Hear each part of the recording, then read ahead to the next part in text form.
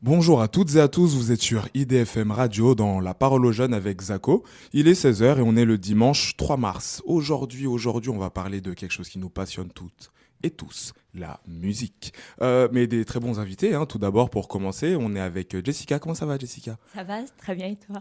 Ouais, ça va Ouais. super. On est sur une première à la radio. Comment tu te sens? C'est ça, non, un peu stressé, mais je trouve ça super intéressant et je vous remercie de m'avoir invité là. Bah oui, y a pas de souci. On est aussi avec Aline. Aline, comment ça va? Très bien et toi? Mais ça va super. Première expérience aussi, je sais plus. Aussi. Ouais, stressé, pas stressé? Un peu stressé, mais ça va. Mais non, on va se mettre à l'aise, t'inquiète pas, tous ensemble. Judson, mon ami, comment allez-vous? Ça va tranquille, hein. Ça s'ambiance dans pour cette première radio. Let's go, on est sur 3 premières fois déjà, 3 sur 4. On est avec Bruno aussi, comment ça va? Ça va idem, hein. De toute façon, ouais, première aussi. Ouais. Ok, super. Bon, alors, vous l'aurez compris, hein, tous ensemble, aujourd'hui, on va parler de musique et le sujet est, ma foi, très très vaste. Très très vaste. Et je pense aujourd'hui qu'on est à des tournants un petit peu musicaux. On voit cet art qui évolue de plus en plus dans son industrie, dans sa manière d'être produite, etc. Mais on va revenir un petit peu aux essentiels, à nos essentiels, à nous. Qu'est-ce que vous écoutez un peu comme genre musicaux autour de la table, histoire de prendre la température? Jess, toi, t'es plus sur quoi, toi? Ah, moi j'écoute de tout, donc je peux écouter du rap français, mais genre du rap à l'ancienne, tu Ouais. vois. Tu vois, du son là qui peut kicker mes salles. Comme Ok. je peux écouter je peux écouter du rock, ça peut passer ça correspond tellement à ma À ta personnalité, mais ouais. ça passe du coq à l'âne en fait. Donc on écoute vraiment de tout de ton côté. C'est ça. Ok. Aline, toi, t'es plus sur quoi, toi? Exactement pareil. Ouais. Je peux écouter des musiques FR, US, même coréennes, Mhm. jusqu'au Congo. Même. Ah, ok. Quand tu dis coréenne, tu parles de K-pop ou tu parles K-pop de et K-hip-hop aussi. K-hip-hop? Ok. Ouais. Donc c'est vraiment la distinction pop et hip-hop, c'est-à-dire Ouais. que c'est beaucoup plus. Voilà. Ok, d'accord, super, trop bien. Judson? Moi, en vrai, je peux écouter tout, mais je pourrais pas écouter de la K-pop. Je pourrais pas, parce que ma soeur, elle m'a trop matrixé. Déjà, elle m'a trop matrixé sur les K-dramas. La K-pop, non, non, c'est bon. Non. C'est bon, je suis dans l'abus. T'es allergique, Je quoi. suis allergique. Mais après, j'écoute beaucoup de rap, mais actuellement, j'écoute beaucoup comme artiste du Laylo. Ok, Ouais. d'accord. T'es sur du Laylo en ce Ouais, du moment. Laylo. Ok, super. Et toi, Bruno? Ah, moi, idem, hein, un peu de tout. J'écoute ouais, du rock, du rap, même un peu de classique. Des Mhm. fois, ça peut être genre du Frank Sinatra, ça peut être du Laylo, ça peut être même genre AC/DC. Ouais, un peu de tout en vrai. Ok, super. Là, autour, du coup, on a une bonne diversité, hein, dans ce qui est écouté. On a des gens qui écoutent absolument tout, etc. D'autres un peu moins. Mais on a tous un début, en fait, avec la musique, un premier contact. Mhm. Peut-être qu'on tombe même amoureux, un coup de foudre. C'est quoi vos premiers souvenirs musicaux, votre premier... Ouf, ça c'est... Je crois qu'il se passe quelque chose là, dans ce que je suis en train d'entendre, dans ce que je suis en train de voir. Pour moi, je pense, mon plus, mon plus grand souvenir, on va dire, Mhm. c'était vraiment quand j'étais petite avec ma grande sœur et ma mère, qu'on écoutait les Pussycat Dolls, Souriade. Ah ouais, les Pussycat Dolls à l'ancienne, ouais, ouais. Vraiment ça. Avec les clips et tout, ou juste la Oui, radio et avec tout? les clips et tout, genre vraiment dans l'ambiance. Elles avaient du flow, elles. Hein. Ouais. Ouais, c'est un délire. Non, parce que si on repart dans l'ambiance là des Girls Band, Ah, mais moi, je toi, vais- t'as de quoi faire, toi, hein, je sais. Hein. Non, mais parce que moi, je suis plutôt une meuf à l'ancienne, du coup. Mais non, mais moi, j'ai grandi avec les Spice Girls.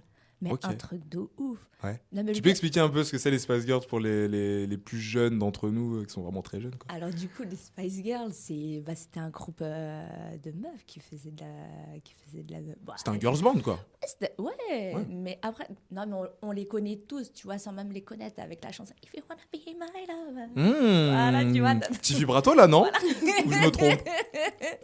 Et en fait, mais comme je dis, c'était the groupe pour moi et tout à l'époque, parce que moi je m'en souviens. Ouais. Parce que jusqu'à ce qu'il y avait un jeu sur la PlayStation, j'avais dit à mon grand frère de l'acheter et tout, pour dire non, c'était un truc de ouf pour moi. Donc après, c'est vrai que j'ai grandi donc, toujours dans le côté un peu girly, en écoutant du Laurie, donc on est sur un Oh truc là plutôt là. Frenchy. Mais, Ouais. mes posters dans ma chambre, t'avais du Laurie. D'un coup, tu vois de trucs improbables, tu vois du Eminem. Et les gars, vous avez un Moi, premier moi, souvenir comme ça? mon plus grand souvenir de la musique, c'est que c'était un moment où pour écouter des musiques, je ne regardais pas sur YouTube ou d'autres plateformes, j'allais sur D17. Les J'allais clips. non, les clips de musique, j'allais sur Mm. D17. Et à un moment, parce qu'à cette époque, je ne connaissais pas la musique, j'étais que sur les jeux vidéo, pendant un moment, j'écoute une musique, je me disais, mais c'est quoi cette musique, elle est intéressante. Et après, je vois, Damso Macarena. Ok. Je me dis, non. Non, après, non, j'étais trop matrixé. Et depuis, pas chaque année, tous les mois, j'écoute tous les albums de Damso. Je le surkiffe. T'es un fan de Damso, quoi. Ah là, c'est même pas un fan. Là, je suis ténébreux comme lui. Eh ben, écoute, on le savait déjà, on est très bien renseignés. Damso est avec nous, pas du tout, c'est pas vrai. J'aurais espéré. Ça aurait été trop cool. J'aurais espéré. Je pense que j'aurais pleuré. Ah ouais, carrément. Non. Je me disais aussi, sinon ça voudrait dire K-pop, tout ça. C'est plus les fans de K-pop. Je pense. Ouais, on est d'accord. Ok. Bruno, toi, t'es.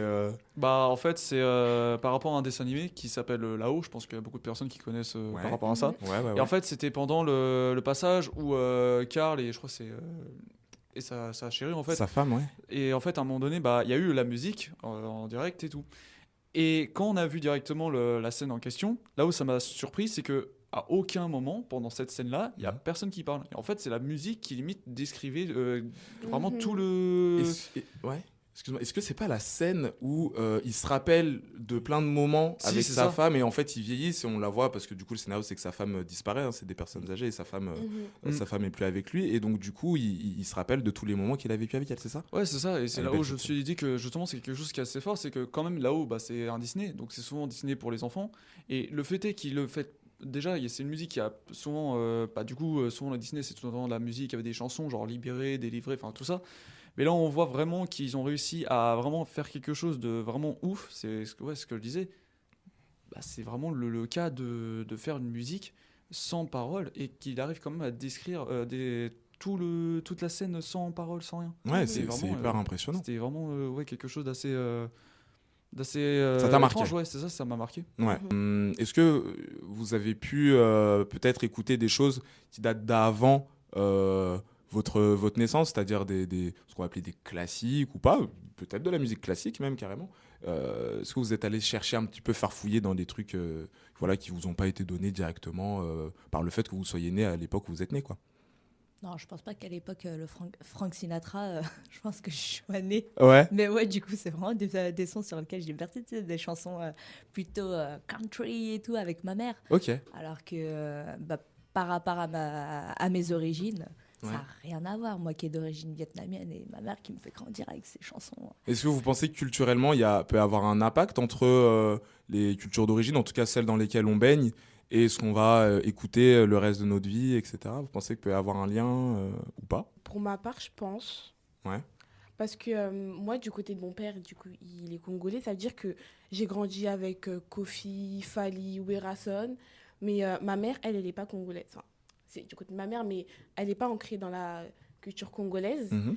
Et quand moi, j'étais plus petite, elle écoutait plus des musiques américaines, Rihanna, des trucs comme ça. D'accord. Du coup, le fait de directement baigner avec deux types de musique différents, je pense que ça m'a aidé à pouvoir connaître plus d'autres types de musique, on va dire.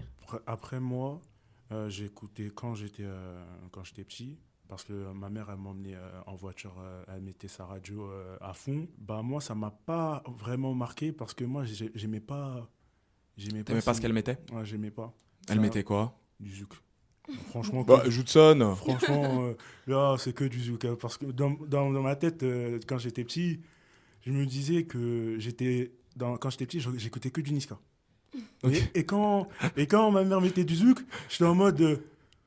Mais pourquoi il parle d'amour là? C'est quoi c'est quoi ces paroles? Tu sais, c'est l'inverse, le monde il change, Ouais, tu vois. c'est ça, Mais il c'est parle ça, d'amour, moi. c'est des malades. Moi, je veux de la bagarre, moi.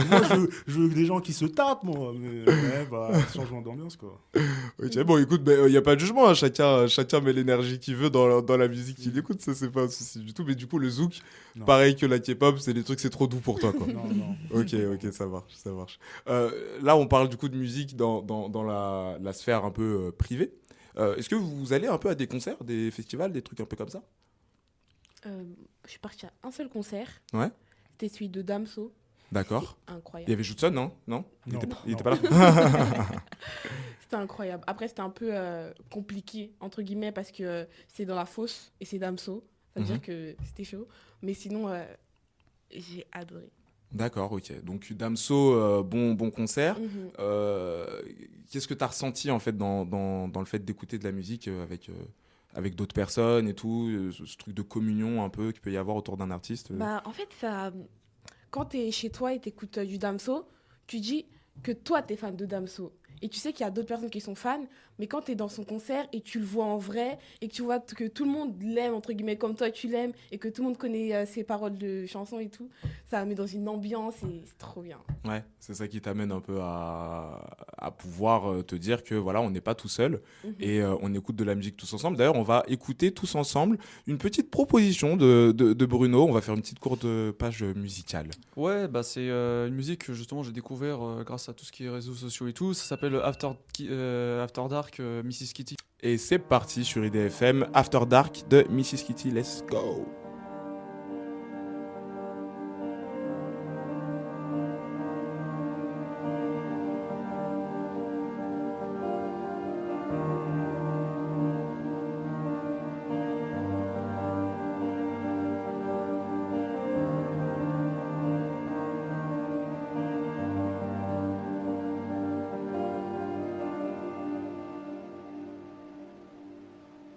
I see you see me.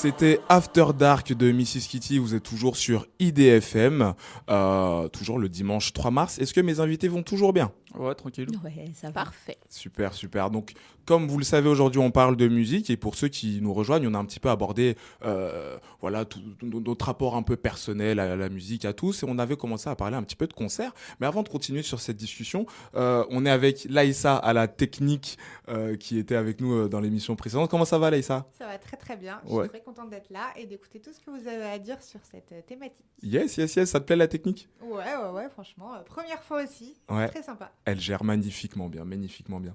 Juste avant la petite page de pub, on était en train de commencer à parler de concerts et d'un artiste comme Damso, par exemple, qui fait partie un peu de cette nouvelle génération d'artistes qui va mélanger plusieurs influences. Donc on est sur une base de rap, mais on peut sentir sur les instrumentales, parfois, voilà, il n'y a pas de souci s'il y a un peu plus d'électronique, s'il y a un petit peu plus de guitare, de piano, etc.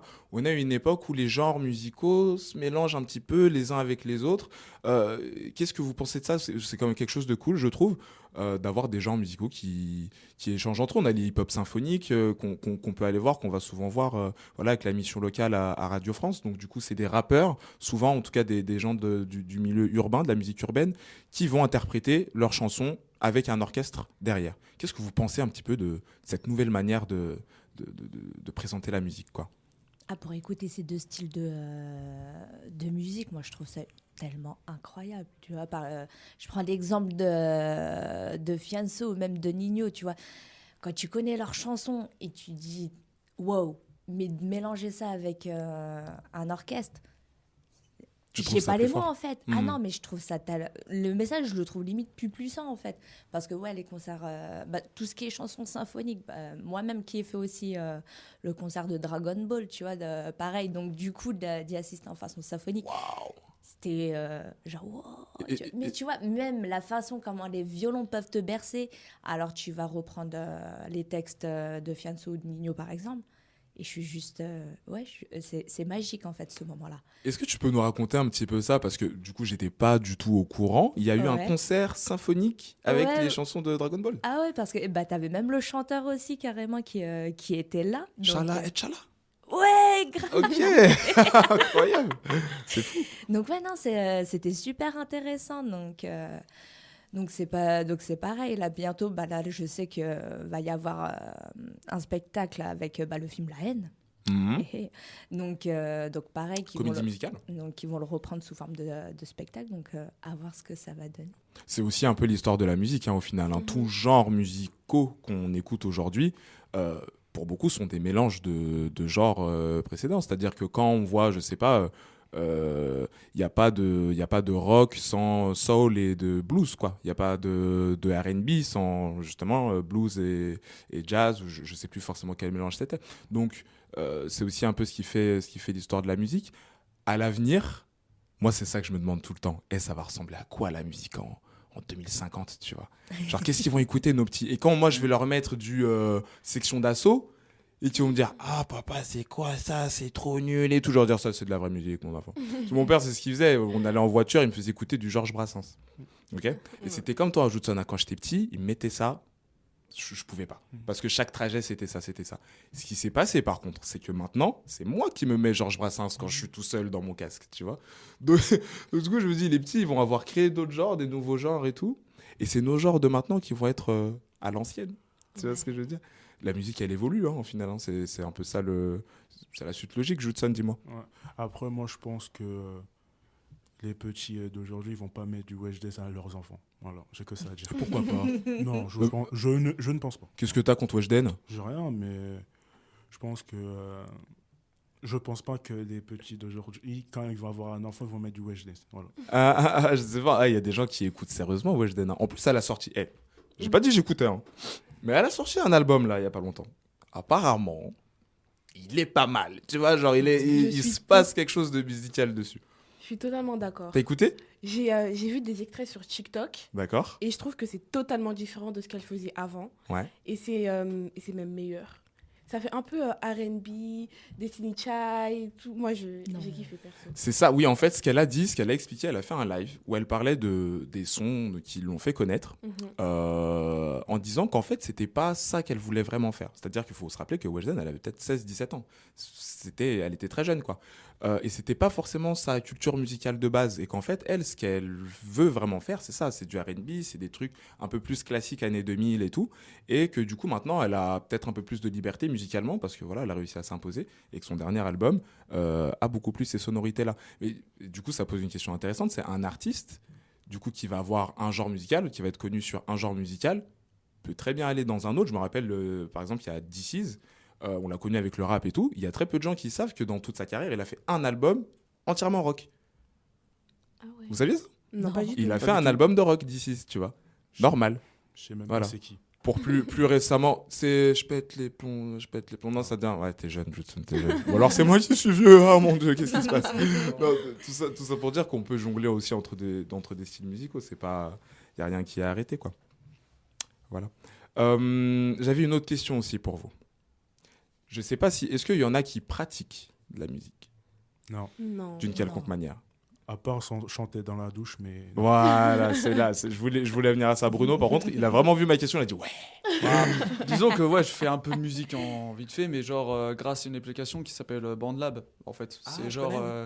Et justement, j'ai déjà utilisé pour faire justement un peu de musique que j'ai pu faire justement directement, envoyer directement sur YouTube et tout. Et disons que j'ai essayé de faire un peu touche à tout. Donc j'ai essayé de prendre des samples directement qui étaient déjà proposés de l'application directement. D'accord. Et après directement, j'ai pris des instruments directement, des trucs MIDI ou un truc comme ça. Ok. J'ai essayé de faire écouter et voilà, j'ai essayé de faire du mieux que je pouvais, de ce que ça me pouvait justement aller avec mon oreille. Enfin, parce que justement, vu que j'ai pas vraiment, je connais pas forcément. T'as pas de solfège Non, j'ai pas vraiment fait de solfège. Même si, par exemple, je sais qu'avec mon père, lui qui fait justement est guitariste et tout, c'est pas vraiment le truc genre. J'arrive pas à apprendre, par exemple, avec quelqu'un, ou alors je sais pas comment expliquer. Mais c'est vrai que c'est un peu plus compliqué pour moi. C'est vrai que j'ai plus fait par autodidacte que vraiment fait directement apprendre par quelqu'un d'autre ou quoi qu'est-ce. Ouais. Après, c'est la beauté aussi de la musique d'aujourd'hui. On en parlait un petit peu tout à l'heure en off, mais voilà, avant, il fallait un peu plus de moyens, je pense, pour faire de la musique, avoir des notions de solfège ou au moins avoir l'instrument, quoi. Oh bah. Aujourd'hui, c'est vrai que tu peux faire de la musique. À partir du moment où tu as un ordinateur ou un téléphone, qu'est-ce qui peut t'en empêcher ? Il y a plein d'artistes qu'on connaît aujourd'hui qui ont commencé avec leur tel, qui ont commencé à enregistrer dans leur chambre, etc. Donc, non, ça me semble pas déconnant. Et donc, du coup, par contre, sur BandLab, est-ce que tu utilises des instruments particuliers ? En fait, j'avais déjà utilisé tout ce qui était en fait, il y a un instrument qui s'appelait le grand piano. Donc, en gros, c'est vraiment un truc qui est souvent, c'est approximativement, ça ressemble un peu à tout ce qui est piano à queue ou un truc comme ça, en fait. Ouais. Il y a l'autre où c'était par exemple une sorte de guitare basse, donc souvent qu'on utilise souvent pour le jazz, pour qu'on essaye de justement que ce soit un peu plus mélodieux au niveau pour l'écoute et tout. Il y en a même un où j'ai utilisé même un violon pour justement accompagner sur une autre musique que j'avais fait aussi. Enfin bref, et c'est vraiment en fait, c'est que par rapport à tout ça, là où ça m'a vraiment beaucoup plus plu et ça m'a vraiment débloqué sur quelque chose, c'est que en fait mes deux parents, en fait, ils écoutent aussi un peu de tout. Ils écoutent du Queen, ils écoutent du AC/DC, ils écoutent du Eminem, enfin ils écoutent un peu de tout, quoi. Et c'est pour ça que je pense que j'ai suivi à peu près le même chemin par rapport à tout ça. Et que comme je disais, j'écoute du Frank Sinatra, mais ça me dérange pas par exemple de passer directement par du Eminem ou même un Claude Debussy, en fait. Genre vraiment, j'ai vraiment pas de limite par rapport à ça. C'est super ça. J'ai l'impression quand même qu'on est une génération, on a beaucoup de diversité musicale actuelle, donc il y a de quoi faire, et on n'a pas aussi oublié ce qui s'est fait avant. Voilà, je trouve ça, enfin, je suis agréablement surpris aussi que voilà, tu cites Debussy, que tout à l'heure on parlait, même si c'est des groupes plus récents, des années 2000, etc. Mais on maintient toujours un petit peu le truc. On va se refaire une courte page de pub, de musique plutôt, et on va s'écouter. Allez, on va se mettre un petit Real Motherfucking G de Eazy-E.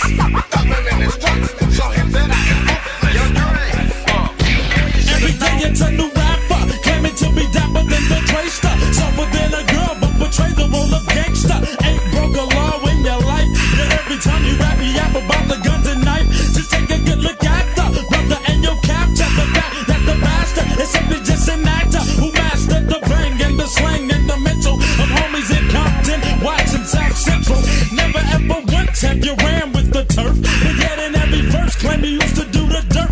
But tell me who's a witness to your damn work? See, you never handle business, so say the drama jerk. Brothers straight kill me, knowing that they pranksters. This is going out to your studio gangsters. See, I did dirt, put in work, and many brothers can vouch that. And since I got stripes, I got the right to rap about that. But brothers like you, I kinda hate ya, 'cause I'm just tired of suburban brothers talking about they come from projects, knowing you ain't seen no points on the streets, G. I think you started trying to bang around the time of the peace treaty, wearing khakis and mob while your rhyme little back, try to sack, but you're flooding at the same time, and your set don't accept you. Scared to kick it with your homies, 'cause you know they don't respect you. So brother, please don't step to these real Compton City G's. Well, it's the knockout definition, original baby gangster. Approach me like you hard little buster, I'ma bank ya, shank ya with my damn shank if I have to. Dr. Dre and Snoop Doggy Dogg are really actors, pranksters, studio gangsters, busters. But this time you're dealing with some real ass brothers. Jeez, fool, please don't try to step. See, if you do, then I'll build captains, all that would be left. See, young brothers like me, I'll break you off something. Come in my city, but Dre, you went from Compton. Suckers like y'all is what I call wannabes, and ain't nothing compared to real Compton City G's.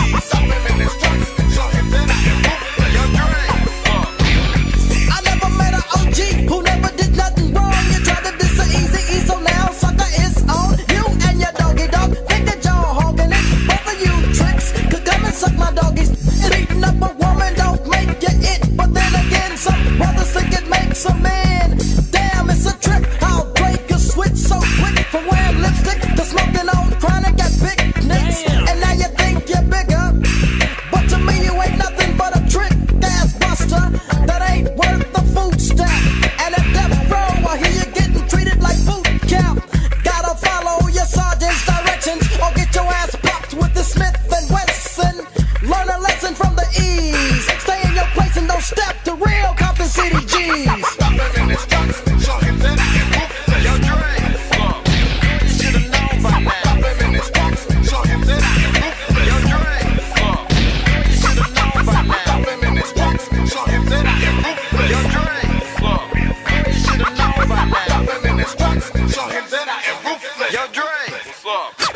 Should've known by now, easy dope. Yes, c'était Easy E, Real Motherfucking G. On va censurer un petit peu, mais voilà, on est toujours sur IDFM, on est toujours le dimanche 3 mars et on a une nouvelle équipe. Il y a eu un mercato au sein du studio. Nous sommes avec aujourd'hui Emmanuel. Comment ça va, Emmanuel ? Bah ça va bien et toi ? Ouais, ça va super bien installé. Première expérience radio. Bah seconde, mais on revient. Hein. Frais du mercato. Ouais. C'est bon, l'entraîneur il a rappelé, c'est bon. Prêt pour la nouvelle saison ? Ouais, c'est bon. Ok, super. On est aussi avec Ousmane. Comment ça va, Ousmane ? Ça va super. Ouais. Ouais, ça va super. Magnifique. On est aussi avec Lenny. Enchanté, ça va bien. Ouais, ça va. Alors, juste avant que vous arriviez sur le plateau, on était en train de parler un peu de... On commençait déjà à aborder le sujet de l'évolution de la musique et du fait que les genres, ils se mélangent, etc. Mais ça, c'est pour la musique en elle-même. Mais si les genres se mélangent, c'est aussi parce que la consommation a changé un peu et qu'on a besoin de renouveau. Qu'est-ce qu'il y a de nouveau pour notre génération dans notre manière de consommer la musique par rapport à nos parents qui étaient peut-être plus sur le CD, ça commence déjà à être un peu à l'ancienne, le vinyle, les cassettes, tout ce que vous voulez. Qu'est-ce qui a changé en fait ? Dis-nous tout, Ousmane. Aujourd'hui, on a la facilité d'écoute. On peut écouter facilement de la musique. On a le streaming, on a YouTube qui est gratuit. On a beaucoup de plateformes qui sont très faciles pour écouter de la musique. Donc, ça a un rapport... c'est un rapport plus... Il y a plus de proximité entre l'artiste et celui qui l'écoute. Mm-hmm. Donc, il y a cette facilité-là qu'avant, il n'y avait pas. Mm-hmm. Parce qu'avant, c'était tout le temps du matériel, donc soit des cassettes ou des CD. Il fallait tout le temps acheter, on va dire. Mm-hmm. Alors que là, on a nos téléphones, on les sort et on peut écouter la musique plus facilement. Donc, c'est la dématérialisation de la musique. C'est ça, exactement. Et puis la gratuité aussi, la gratuité. Dans une moindre mesure qui a changé surtout. C'est ça, exactement. Ok. Et vous, du coup, vous écoutez tous sur des plateformes musicales bien identifiées ? Ouais, pour vous avez des abonnements, des trucs comme ça ? Ouais, abonnement Spotify obligatoire. Hein. Ah, tout le monde a Spotify là. Obligé. Ouais. Obligé. On a le droit de citer, tiens, dis-moi, on a le droit de citer les. Et ben voilà, c'est fait, c'est trop tard. Spotify. Après, la meilleure musique, ça reste sur Radio FM 98. IDFM. IDFM. Refais-la, c'est bien ça, j'aime bien. Ça reste sur IDFM 98, la meilleure musique. Yes. D'ailleurs, tu vas nous proposer quelque chose tout à l'heure, on y reviendra. Y a pas de souci. On disait, hein, la manière dont on écoute la musique et dont on la consomme a un petit peu changé. Je pense que Ousmane, t'es un peu au courant. Il y a eu des nouvelles choses là, avec TikTok récemment. Je sais plus si c'est Sony ou Universal. Universal Music, ouais, qui ont bloqué tous leurs artistes de leur plateforme. En gros, tous les artistes qui sont signés chez eux sur TikTok, ils sont bloqués. On peut plus avoir les sons qui sont avec eux, en gros. D'accord. Donc, si un artiste était un artiste labellisé Universal, voilà. Ses musiques sont plus disponibles sur la plateforme qui est TikTok. Ok. Du tout. Donc tous les TikTok qui ont été faits avec cette musique-là, on peut plus l'entendre. Elle est indisponible. C'est un peu une dinguerie. Hein. Ça fait retirer. Ouais, retiré complètement. C'est un peu une dinguerie. Pourquoi ? Est-ce qu'on sait pourquoi ? C'est histoire de droit et de compte, mais j'ai pas. Je crois qu'ils n'ont pas payé. Ouais, c'est histoire. Qui n'a pas payé qui ? Je crois que TikTok n'a pas payé les droits justement à Universal parce qu'il me semble ils ont un contrat qu'ils doivent renouveler et ils n'ont pas renouvelé, donc du coup ils ont dit en fait si vous renouvelez pas, on vous donne plus le catalogue. D'accord. Ok. Je crois que c'est un truc comme ça, je suis pas sûr, mais il me semble que c'est quelque chose. Mais on parle d'un grand nombre d'artistes. Hein. Ouais. Oui. Qu'est-ce que ça dit ça sur l'industrie musicale d'aujourd'hui sur une plateforme comme TikTok, donc du coup deux géants, TikTok, Universal. Ça a fait beaucoup de bruit parce que TikTok aujourd'hui il y a très peu d'artistes qui peuvent s'en passer, c'est un gros tremplin, ça peut être un gros tremplin, il y a des artistes qui sont quasiment nés sur TikTok, je pense à Lil Nas X, je pense à beaucoup d'autres en tout cas qui ont été des précurseurs du fait de percer sur TikTok. Qu'est-ce que ça dit en fait de l'époque finalement que TikTok soit aussi important dans le développement des artistes ? Que ça joue beaucoup. En gros, les réseaux c'est important pour notre génération, surtout même pour les plus jeunes aussi, dès l'âge de même les mineurs, donc même à partir de 12 ans, ils sont sur TikTok, même nos parents. Donc ça fait que les trends, elles sont reprises. C'est quoi une trend, pour ceux qui ne savent pas ? Alors une trend, pour ceux qui ne savent pas, c'est un mouvement de mode, on va dire, sur une certaine musique. Ce qui fait que, en gros, par exemple, il y a une musique et une choré qui est avec, ou une mise en scène, et elle est reprise par tout le monde, et ça fait tourner l'économie. Ça fait tourner l'économie. Ça fait clairement tourner l'économie. Non mais c'est vrai, en plus on rigole, mais c'est ça. Ça dit aussi que la musique, elle est plus que auditive, elle est aussi visuelle. Elle a toujours plus ou moins été, hein, c'est sûr, hein, c'est pas nouveau. Mais qu'aujourd'hui, voilà, ça prend une toute autre importance. C'est-à-dire que les réseaux sociaux, on va s'identifier à un artiste, on va le voir, on va de plus en plus le voir. Au final, il y a ce truc, vous savez, de starification. Quand on parle de starification, on parle d'un peu, on met les artistes sur un pédestal, sur une autre échelle, voilà, qui n'est pas la nôtre. Est-ce que vous trouvez que ça existe encore aujourd'hui ? Parce qu'on voit beaucoup les artistes, en fait, c'est comme si c'était plus spécial, en fait, de voir les artistes beaucoup sur les réseaux. Ça existe encore des stars, en fait ? Oui, tout de même, quand même, on peut le remarquer grâce à leur train de vie, je pense, mais... ce qu'ils font paraître. C'est ce qu'ils font paraître, du moins. Ouais, mais il y a une proximité beaucoup plus étroite entre les artistes et leur public, tout simplement. Ouais, donc c'est un jeu de proximité, en fait, plus que de... C'est ça. Ceux qui donnent le plus reçoivent le plus, selon moi. D'accord. Après, il y a des artistes un peu mystères, hein. Les PNL, PNL, ils voulaient pas trop. Ouais, ils sont rares. Ouais. Ils sont rares. C'est toujours mieux ça que... En fait, ça dépend de chacun, mais... Je sais que y en a qui font des albums très longs, simplement pour qu'il y ait plus d'écoute. Donc j'ai une petite rêve. Je vais sortir tant que je suis là. Par exemple, on a Lorenzo dans l'album Légende Vivante, qui a fait tout son album. Il y a peut-être que 6 sons, sauf qu'ils sont tous coupés en parties de 30 secondes. Donc il a été bloqué par la plateforme. Mais, je me rappelle de ça. Ouais. Tu vois, mais quand même, il a fait ça pour qu'il y ait plus de streams en gros et plus d'écoute. D'accord. Donc il y a des pour générer plus de revenus, parce que lui il est là sur les réseaux, mais de par son personnage. En gros, s'il fait pas d'interview, etc., son seul revenu c'est de faire des petites techniques comme ça. Ouais. En plus, il me semble que en termes de streaming, Je crois que le rap n'a pas le même traitement que les autres musiques. La principale raison, c'est que c'est la musique qui vend le plus, techniquement.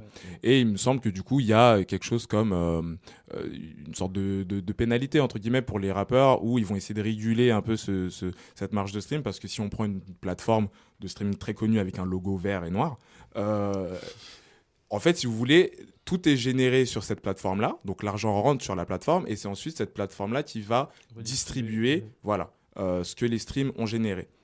Si jamais ils faisaient vraiment le truc équitablement, c'est-à-dire qu'ils répartissent de l'argent autant à un artiste qui n'a pas été tant écouté que ça qu'à un autre, en fait, au final, ça dérègle un peu le truc. Sauf que les rappeurs sont tellement écoutés qu'ils ne peuvent pas les rémunérer de manière vraiment... comment dire ? À l'échelle, quoi. Voilà, ça peut pas être à la même échelle. Donc, du coup, ils sont obligés de diminuer un petit peu la chose. Mais pour revenir à ce que je disais tout à l'heure, la musique, elle est aussi visuelle. Il me semble que Ousmane, du coup, tu travailles un petit peu là-dedans. En tout cas, tu aimerais encore plus persévérer là-dedans. Est-ce que tu peux nous raconter un petit peu ton parcours, témoigner un petit peu ? Bah, tout simplement, j'ai commencé, on va dire, en 2023, mi-2023, début septembre. Je suis tout simplement allé sur des tournages et des clips en tant que régisseur au début, avec un ami à moi qui bossait déjà dedans. Puis après, je me suis rapproché tout doucement des producteurs, des photographes, des stylistes, des directeurs artistiques, etc. Après, moi aussi, dans mon groupe d'amis, j'ai la chance d'avoir des amis qui font du rap, donc qui sont dedans, donc qui ont pu aussi m'aider là-dedans. Et du coup, ce qui est bien, c'est qu'on voit l'évolution de comment est tourné un clip, de l'investissement qu'il y a dedans, de tout l'argent que les rappeurs peuvent mettre pour leur projet. Tu peux nous donner des petites fourchettes parce que je pense que les gens réalisent pas forcément tout ce que ça coûte, tout ça. Ça peut aller, on va dire qu'un bon clip tourné avec une grosse boîte de prod et des gros moyens sur, par exemple, 2 jours. Il faut compter donc la régie, donc la nourriture, le déplacement, les locaux, le matériel. Il faut compter beaucoup de choses. On peut aller jusqu'à 20 000. Ça peut commencer à des 20 000 euros pour des grosses boîtes. Pour des et c'est le début. C'est que le début. Et pour des artistes indépendants, un petit peu, qui n'ont pas forcément de structure qui les accompagne et tout. Pour 500 euros, on peut faire un bon projet. On peut faire un bon projet. Et si on a le bon moteur, le bon réal, déjà, il suffit que l'artiste, avec ses amis ou avec son entourage ou non, ait des bonnes idées. Ensuite, il trouve juste un caméraman. Même avec un téléphone, on peut faire de très bonnes choses aujourd'hui. D'accord. Nos téléphones là qu'on a, des smartphones de haut de gamme, ça filme en 4K, 8K. Il y a des stabilisateurs. Il y a tout ce qu'il faut pour faire de très bonnes choses. Il y a des Kanye West qui ont fait des clips avec un téléphone. Exactement. Ça dit beaucoup de choses aussi, c'est qu'aujourd'hui, finalement, il n'y a pas tant besoin, on en parlait tout à l'heure avec les précédents collègues, mais il n'y a pas besoin de tant de moyens que ça pour pouvoir proposer au moins son art. Après, ce qui se passe après, c'est autre chose, mais on peut proposer son art déjà avec très peu de moyens. Il y a aussi des initiatives qui sont prises en termes d'enregistrement de studios. Qu'est-ce qui se passe dans les studios ? Et là, je me tourne forcément vers Manu, qui a un très beau projet de studio mobile. Est-ce que tu peux nous raconter un petit peu ce projet ? Ouais, alors ce projet, de base, je suis parti d'un projet de label de musique. Et je me suis rendu compte que là, tout de suite, niveau faisabilité, surtout niveau moyen, ça allait être un peu compliqué. J'avais peut-être visé un peu trop. Donc ce projet-là, je l'ai gardé. Là, je le garde toujours en tête. C'est le but pour plus tard. Mais je me suis dit, on va faire à échelle petite. Pourquoi tu visais trop ? C'est-à-dire, tu visais quoi ? Le truc, c'est que du coup, en plus, en label indé, donc ça veut dire vraiment trouver en fait quasiment aucune aide. Et en fait, je me suis, même moi, au niveau de mes connaissances, etc., pour l'instant, c'était pas encore établi. Donc, je me suis dit, faire justement ce que je sais faire là maintenant. Et avec mes compétences, justement, d'ingé son et de compositeur, c'est là où je me suis dit, voilà, partir sur ce projet-là. De base, j'avais pas encore établi la chose comme ça arrivait. Et en fait, l'idée m'est venue après. Je me suis dit, je compte pas m'installer en Ile-de-France plus tard, donc il faut que je trouve un moyen d'être là sans pour autant avoir une contrainte d'un local. Et d'un côté aussi, je me suis dit, je suis parfois en séance et je me dis, mais des gens, ils sont là, ils galèrent, ils sont en retard, etc. Et je me suis dit, comment est-ce qu'on peut faire ? Et puis en fait, l'idée m'est venue comme ça. Je me suis dit, allez, tiens, on va venir à eux. On va venir à eux direct. Et puis aussi, le truc où des fois, tu es en séance, c'est stressant. Il il y a ça qui peut se passer, t'es pas à l'aise. Et voilà, c'est venu comme ça, et là, je me suis dit, bah voilà, c'est l'idée. Ok, super projet, Manu, super projet Ousmane aussi. On va se faire une courte page de musique, parce qu'on est en train de parler de musique, ce serait un petit peu chelou si on n'en écoutait pas. Ousmane, t'avais un truc à nous proposer, n'est-ce pas ?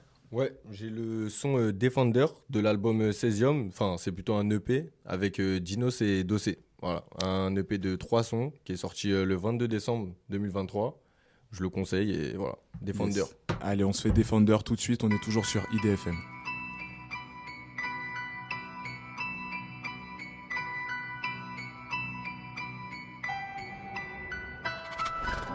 Corner à la rémoise, problème à la mémoire. Flou tendu, je m'en bats les couilles d'être vu, je préfère être entendu. Essaye de mettre ta rancune dans l'eau. L'amour c'est accepter que ta femme se tait, le plan cul d'un autre.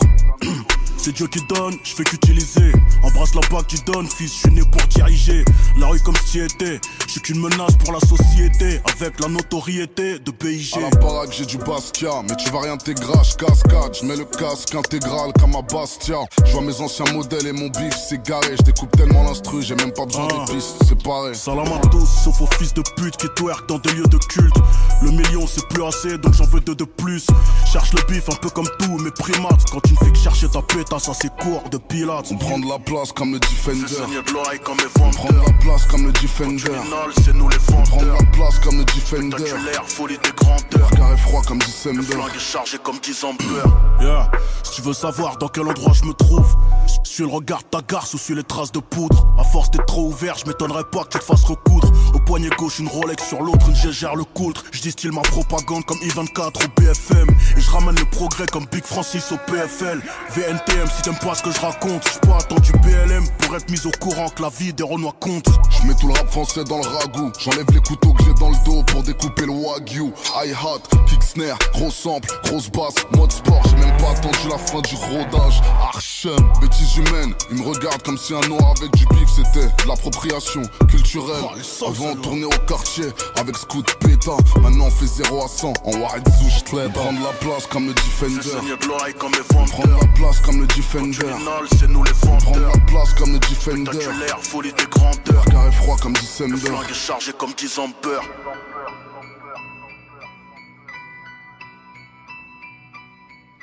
Yes, c'était Defender de Dinos et Dossé sur IDFM. Est-ce que mes invités vont toujours bien après cette petite courte page de pub ? Ça va bien. Ouais, répondez, soyez pas tout à l'heure, on continuait à parler de ces évolutions-là de la musique. On parlait d'image beaucoup. Et quand on parle d'image, il faut du matos, il faut des gens qui fabriquent ça. Donc il y a des gens derrière tout ce qu'on voit, derrière les directions artistiques, derrière les objets, les petits, je sais pas, la tasse avec la tête de Caris dessus. Enfin, il y a forcément quelqu'un qui l'a fabriqué, ce truc-là. Et en plus, aujourd'hui, on a Lenny qui plus ou moins proche de ce milieu-là. Est-ce que tu peux nous raconter un petit peu ce que tu fais ? Ok, du coup, moi, je fais de l'impression 3D et j'essaye de monter mon entreprise autour de ça. C'est des créations sur mesure par rapport aux demandes des clients ou des artistes. Et du coup, ça permet vraiment de plonger dans l'univers de la personne selon sa demande, selon son projet ou quoi. En quoi c'est important qu'il ait des trucs personnels comme ça à l'artiste, des trucs personnalisés, etc. Qu'est-ce qui se joue en fait avec ça ? C'est une manière de mettre son image, de proposer son image un peu partout, je sais pas. Ouais. Pour les préventes. C'est pour les préventes. Pour les préventes. Pour les releases. Ouais. Non, pour avoir des goodies, des accessoires, ça a toujours marché le merch dans n'importe quel domaine en fait. Ouais. Du coup, je trouve ça intéressant. C'est marrant parce que j'ai l'impression que je suis désolé pour ceux qui écoutent pas de rap, mais le fait est que c'est la musique la plus écoutée par les jeunes. Et vu qu'on est dans la parole aux jeunes, forcément, voilà, ça revient beaucoup. Mais il y a un truc de très intéressant en ce moment, il y a ça, il y a beaucoup de merch, il y a beaucoup de choses qui se vendent, etc. machin. Mais il y a aussi l'inverse. On va avoir tendance à utiliser les rappeurs parfois pour l'image d'une marque. Voilà, on a beaucoup de collaborations maintenant entre les artistes et je sais pas, Louis Vuitton, Dior, etc. Ouais. Qu'est-ce qui a changé quoi ? À partir de quand il y a quelque chose qui s'est passé, non ? Je sais pas. C'est pour amener un nouveau public. Ouais. C'est pour amener les jeunes à quelque chose de différent. Parce que souvent, on associe le rap à Survêt Kalenji, Lacoste, TN. Ce qui est plus vrai du tout. Ce qui n'est plus vrai du tout, parce que maintenant, on regarde les clips de rap, tout le temps des beaux ensembles, Là, on a vu Jack Mus qui ont invité tout le rap français quasiment à leur défilé, tous très bien habillés. Enfin, c'est fini cette époque de... Bon, c'est pas totalement fini, mais du moins, ça commence à changer. Est-ce qu'il y a un plafond de verre qui a été peut-être passé en fait aussi avec le rap qui est devenu plus mainstream aujourd'hui? Ouais, je pense. Puis il y a aussi, c'est le fait que la mode, ça prend beaucoup de place en ce moment en même temps que le rap. Donc vu que les deux sont en train de prendre de l'intensité, qu'ils se réunissent, c'est pas une mauvaise chose en soi. Et puis c'est pour l'image. Donc sur TikTok, ça passera mieux. Sur Instagram, pareil pour les photos, c'est toujours plus beau de voir un beau décor avec des beaux habits, etc. qu'un bâtiment et des vêtements. Enfin, ça y est, on l'a vu assez de fois, je trouve. Il y a aussi les films auxquels on pense pas beaucoup. Bon, pour les artistes actuels, ça va pas forcément arriver tout de suite, mais les biopics, tu vois. Là, il y a Bob Marley qui est sorti il y a pas longtemps. Un film sur A$AP Rocky ou c'est Travis Scott ou A$AP Rocky qui a Travis Scott, Travis Scott, il y a eu un documentaire. Il y a Big Flo et Oli. Elvis Presley aussi avait un film. Nekfeu peut-être, je crois. Non ouais, documentaire, si je dis pas de bêtises. Son album. Sur Lune de Fiel, un truc comme ça. Exactement. Lune de Fiel. Bon, écoute, Lenny, je vais le dire devant tout le monde. Tu vas parler devant ce micro, oui. Je suis désolé. C'est bon, j'ai retenu. Non, oui, bien sûr. Qu'est-ce que ça demande en fait à un artiste? Enfin, pourquoi certains artistes vont passer ce cap-là? On va vouloir faire des biopics, des documentaires sur eux. Qu'est-ce qu'ils ont fait dans leur carrière? Qu'est-ce qu'il y a de point commun entre tous ces artistes-là pour que on soit intéressé par leur musique, certes, mais aussi par du coup leur histoire en fait? C'est pour les fans. Surtout pour les fans et pour ceux qui les écoutent, et aussi en vrai pour ceux qui les écoutent pas, pour apprendre à les découvrir et avoir une autre facette du rap que juste chanter, enfin rapper et faire ce qu'ils savent faire, quoi. C'est pour voir aussi ce qu'ils font à côté, d'où ils viennent. C'est pour plonger plus profondément dans l'univers d'un artiste. Je pense on peut voir des images de leur séance studio, de la façon dont ils écrivent, la façon dont ils se comportent avec leurs proches. Mieux le connaître, ou la connaître. Comprendre un peu leur mode de vie. Et je trouve ça assez intéressant. Ouais, c'est de rentrer dans leur milieu plutôt intime, en fait, comme si tu étais avec eux. C'est de comprendre leur parcours et même, tu sais, de se dire... C'est toujours comme ça, généralement, c'est de se dire, c'est que t'es parti de rien. Et en fait, petit à petit, comment tu as réussi à grimper les échelons, en fait. L'évolution. Et c'est ça qui est incroyable. Et qui peut être inspirant. Ça fait rêver. Ça fait rêver et ça donne aussi de l'espoir à beaucoup de gens en disant si lui il a réussi, pourquoi moi j'y arriverai pas? Et de se dire vas-y, je vais tenter. Ça coûte rien, ça se trouve je vais réussir, mais au moins voilà, ça donne un message d'espoir, je pense. Ouais, je suis d'accord. Est-ce qu'il y a toujours, parce que moi je fais un peu le lien entre tous ces artistes-là, ils sont inspirants, voilà, il y a cette dimension de rêve, d'ascension, etc. Mais pour beaucoup aussi, il y a une autre dimension qui dépasse un peu la musique. Là, je vais parler peut-être plus pour des anciens qui ont déjà vu leur biopic, mais un Bob Marley, voilà, où il y avait un combat derrière, il y a une histoire derrière qui dépasse juste l'artiste. Et Laïssa, tu vas peut-être nous parler un petit peu de Bob. Je sais pas si tu as vu le film, tu l'as vu ou tu l'as pas encore vu? Non, pas encore. On va pas tarder. Hein. Ouais, je vais aller le voir. Ouais. Moi, je voulais parler d'un autre film que j'ai vu pour quelqu'un que je ne connaissais pas. Et en fait, j'ai découvert via ce film.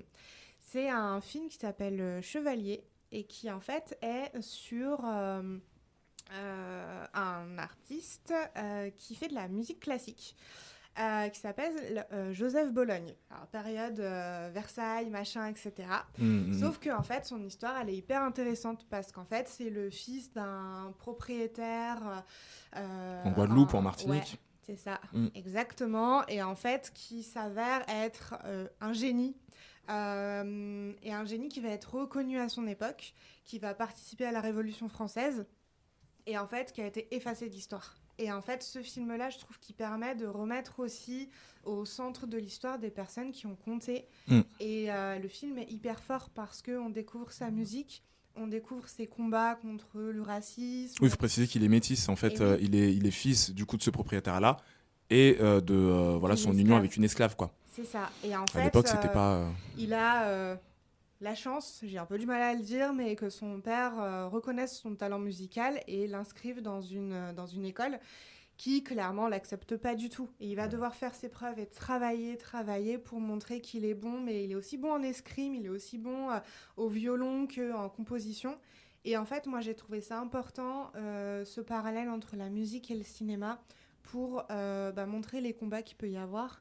Et je trouve que c'est important de voir leur vie pour comprendre leur musique aussi. Ouais, je suis d'accord. Ouais, c'est vrai qu'il y a les biopics, il y a les documentaires dont on parlait tout à l'heure.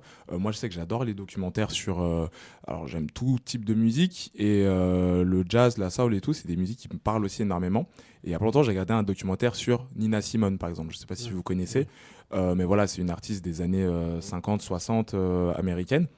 Et en fait, on se rend compte, c'est ce que tu disais tout à l'heure, de rentrer dans l'intimité de l'artiste. Déjà, ça permet de comprendre ce que t'aimes dans ce que t'entends, parce que très souvent, leur histoire est liée à ce qu'ils vont proposer musicalement.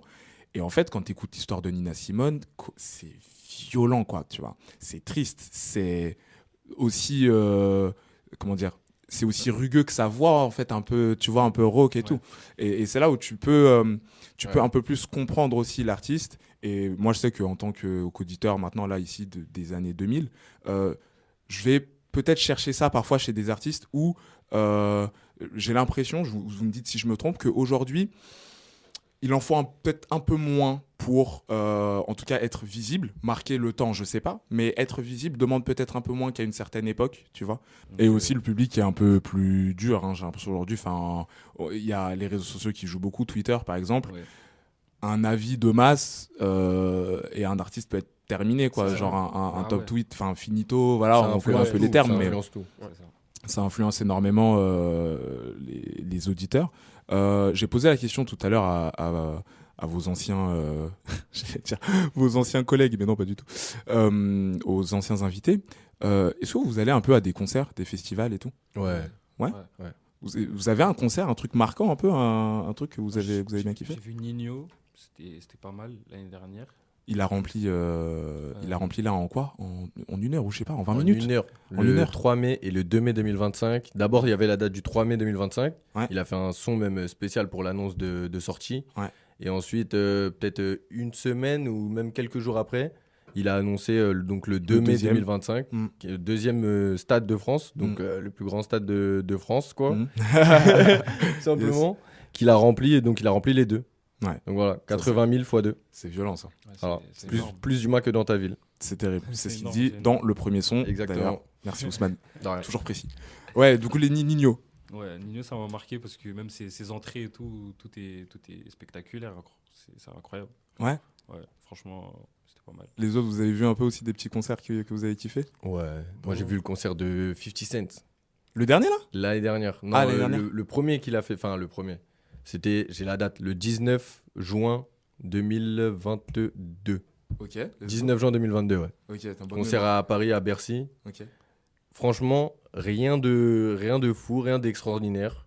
Mais franchement, top concert. Genre, on voit vraiment l'âme du personnage. Ouais. Manu. Bah, enfin, moi, c'est pas des concerts ou des... Ouais, peut-être. Manu, le mec de la night, hein, showcase, toi, c'est sûr. Non, mais pas de showcase, mais ouais, des événements comme ça. Mais non, le dernier gros événement auquel j'étais allé, c'était le Fnac Live. D'accord. Et c'était, alors pas celui de. Enfin, pas du coup celui de 2023, mais celui de 2022. En tête d'affiche, on avait Jazzy Bass et Alpha One. Et justement, en plein. Moi, ce que je trouvais ouf, c'est que vraiment, il y avait énormément de monde qui s'était déplacé pour ces deux-là. Et c'est des gens, justement, qui font pas énormément de promos. Et qui se montrent pas beaucoup sur les réseaux et qui pourtant ont une fanbase très importante à tel point en fait justement au moment du passage des deux là, en featuring ils ont dit on arrête la scène elle en pouvait plus, ils ont réussi à détruire la scène et je sais pas, ça s'est arrêté. C'est ça qui est incroyable parce qu'on parlait justement de visibilité et notoriété et les deux là ils ont réussi à réunir du monde, enfin énormément de monde sans faire trop de promo et de com, donc je trouve qu'il y a un gros contre-pied là-dessus. Donc, Ok, super. Bon, les concerts, c'est toujours quelque chose d'important. On parlait beaucoup de la musique dans la sphère privée, etc. Ouais. Aller partager la musique ensemble avec l'artiste en question, c'est toujours quelque chose d'assez particulier. On arrive déjà un peu à la fin de cette émission, mais avant de clôturer tout ça, j'aimerais moi aussi vous proposer quelque chose, parce que moi aussi, j'aime beaucoup la musique. On va s'écouter La Fève, Loyal sur IDFM.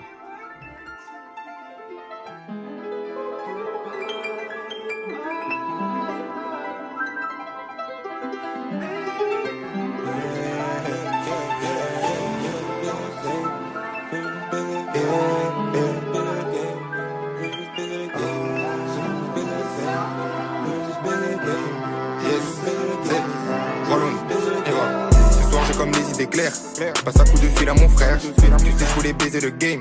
Et je peux pas le faire sans mon gang. Je suis tout là-haut, j'ai continué ma lancée, dis-moi qui peut me stop. J'ai beaucoup trop donné, ma luck, tu me connais, si t'es mon sang, je te veux au top.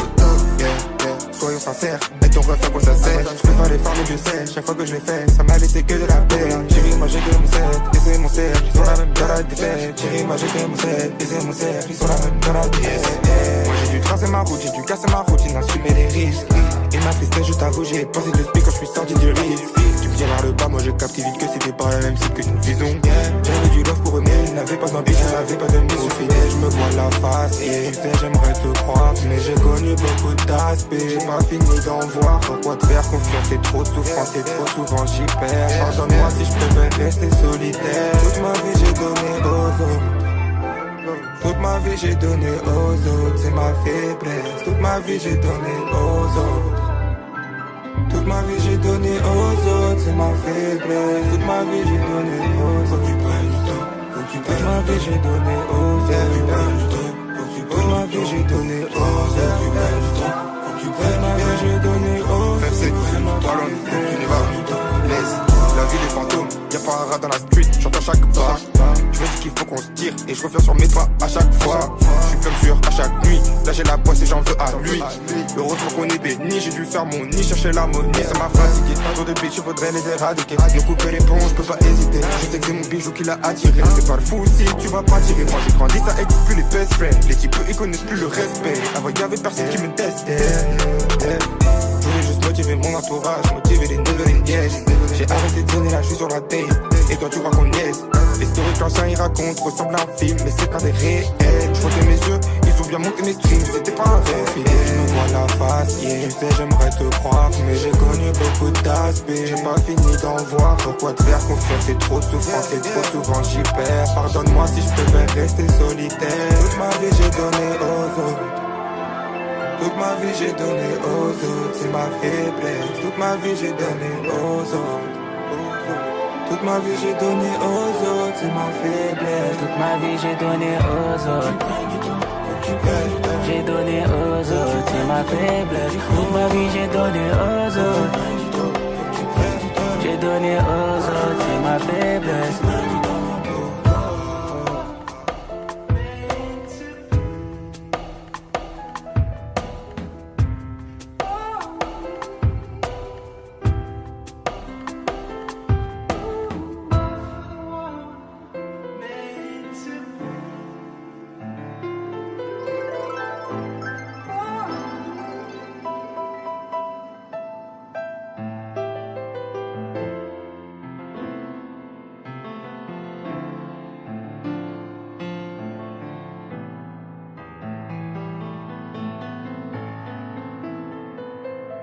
C'était Loyal de La Fève sur IDFM, issu de son dernier projet 24. On arrive à la fin de cette émission sur la thématique de la musique, la parole aux jeunes. Les gars, comment ça va à cette fin d'émission là? Comment vous sentez là? Ah, fin de match. Hein. Toujours chaud, toujours chaud. Fin de match, toujours chaud. On est là. Hein. Chaud pour le 7 avril? Ouais, très chaud pour le 7 avril. Ouais, parce que c'est la prochaine fois qu'on va se retrouver sur IDFM avec Zako. Je vous souhaite une bonne journée ou une bonne soirée, peu importe l'heure à laquelle vous nous écoutez. À la prochaine. Parfait, merci. À la prochaine.